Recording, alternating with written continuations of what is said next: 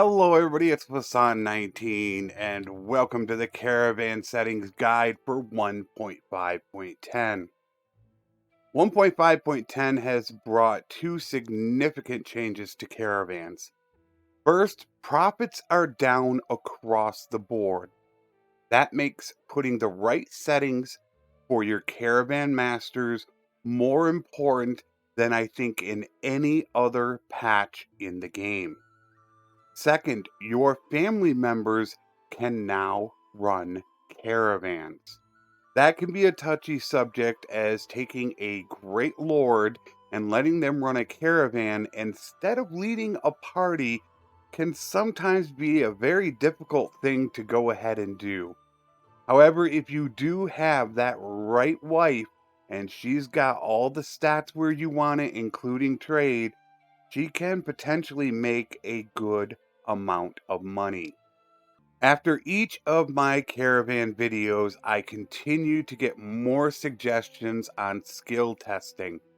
Therefore, in 1.5.10, I have done more testing and I have more data for you than I have ever had in any of my other videos. A lot of people just figure they can take a Swift or Spice vendor, hire them, throw them out, and they're going to make money. And then they realize they're not making much money.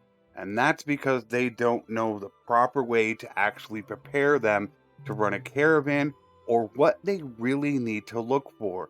Because in the end, a Spice vendor or a Swift might not be as good for running a caravan as, let's say, a Wanderer that's only level 11 that you can spend a little time building up. Because running the right settings can get you 50 to 100% more profit in running a caravan. As you may have noticed in 1.5.10, there are a lot of rebellions early in the game.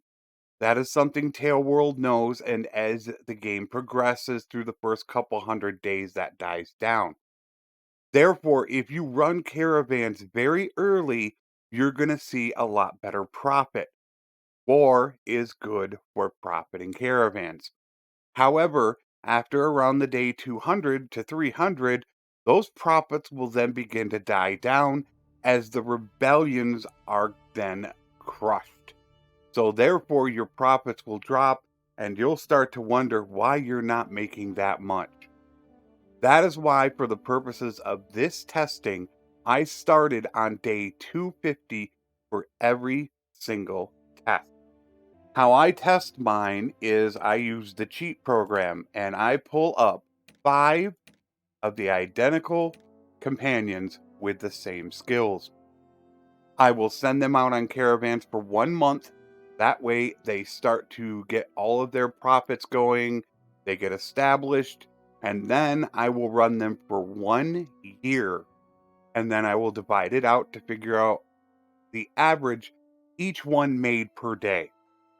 Then, for purposes of future testings, let's say for riding, I will increase all of theirs up to 200 and do it again. So that is how I test these caravans. I want to run 5 of them and I run them for an entire year because, as you know, RNG plays a huge factor, and you can run these 10 different times and probably get 10 different numbers. So by running more of them for a longer period, I'm trying to cancel out as much RNG as possible. However, you're never going to be able to do it perfectly. Just to show you the difference between day 1 and day 500, I sent out 5 caravans that only had 1 skill each. And after sending them out for a year, I averaged 247 profit per caravan per day. That's with all the rebellions going on in war. I then went to day 250, which I will be running these tests on, and I only averaged 200 per caravan per day. That is how much you know what war means to running caravans. Peacetime is bad. War drives up the price. So that's why you can be a little misleading when you first run a caravan and make a little bit of money, and then they start to really fall off later. So therefore, I will be testing all of these around day 250. In previous patches, I have noticed that running more caravans or fewer caravans can actually give different profits. I have brought this up to the devs to make sure that this is not happening, so I ran this test once again. I ran 5 caravans and I averaged 200 per caravan per day. I then ran 4 caravans. I averaged 214. 3 caravans, 228. 2 caravans, 238. And one, 236.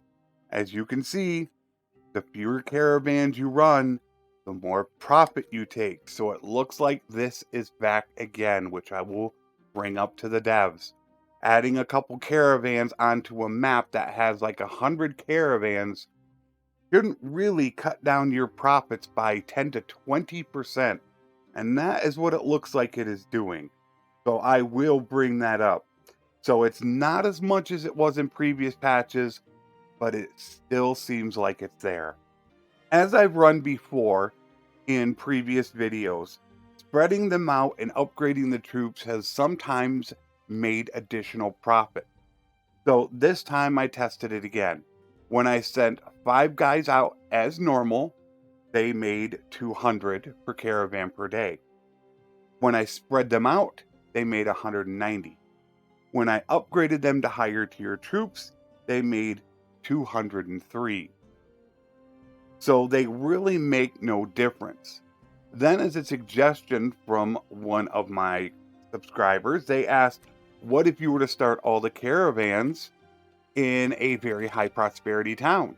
So I took a 5,000 prosperity town, sent all 5 caravans out, and I only averaged 185.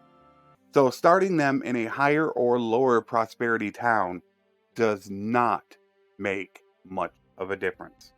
Now to the true tests. As I said, when I sent 5 of them out, I made 200 per caravan per day. I then increased all of their scouting to 200 and chose the right perks to take. When I did that, I averaged 237 per caravan per day. Next, I only increased riding to 200. I averaged 233 per caravan per day. Next, I chose their one-handed skill, tactics, and medicine and made those 200. Therefore, their fighting skills. Because when they get into a battle, they will sim the battle for tactics.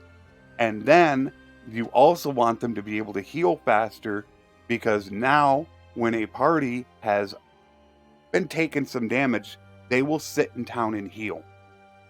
So when I put those up to 200, I averaged 249 per caravan per day. And finally, I just made them 200 trade, and they made 284 per caravan per day. So as you can see, every single one of those skills matter. That is the big difference that people do not understand.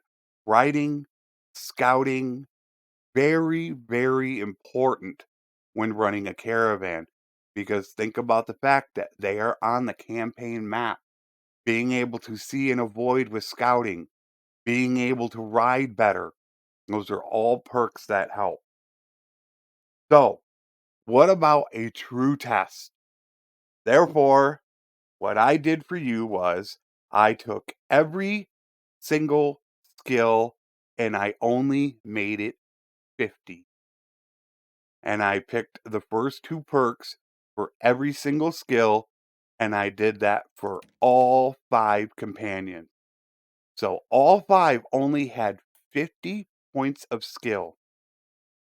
And when they finished, they made 322 per caravan per day at just 50 skill points each. So making sure that you have at least some points into those major skills is going to vastly increase. That is approximately a 60% profit than running one skill. And that is only with running 50 trade. Now think what happens if you have 50 in every skill and you have potentially 150 or 200 trade. Now, these profits are down across the board. I will send this to the devs. And as I have discussed before, I have had talks with Mexico. And the one thing that I would like to see changed is that the trade skill will greatly impact a caravan when the caravan master has good trade. That is the one thing that I am pushing for. He said when he finished up with 1.5.9, 1.5.10, he was taking a 2-week vacation. When he gets back, he said he would definitely look into it. So we are going to work on that. So the importance of putting those points into those skills is absolutely vital. You want to make sure that when you're looking for people to take, you want to make sure they have focus or attribute points into these skills. These are your most important. You want the riding, scouting, tactics, trade, and medicine. You want those skills. So getting as many focus points, as many attribute points, and also being a lower level so you level faster is more vital now in 1.5.10 than it ever has been before. So there are your caravan settings for 1.5.10. Any comments? I'd love to hear from you. And once again, when 1.5.11 or 1.6 comes out, I will do this again. And that way you can know exactly how much the profits are turning out to be.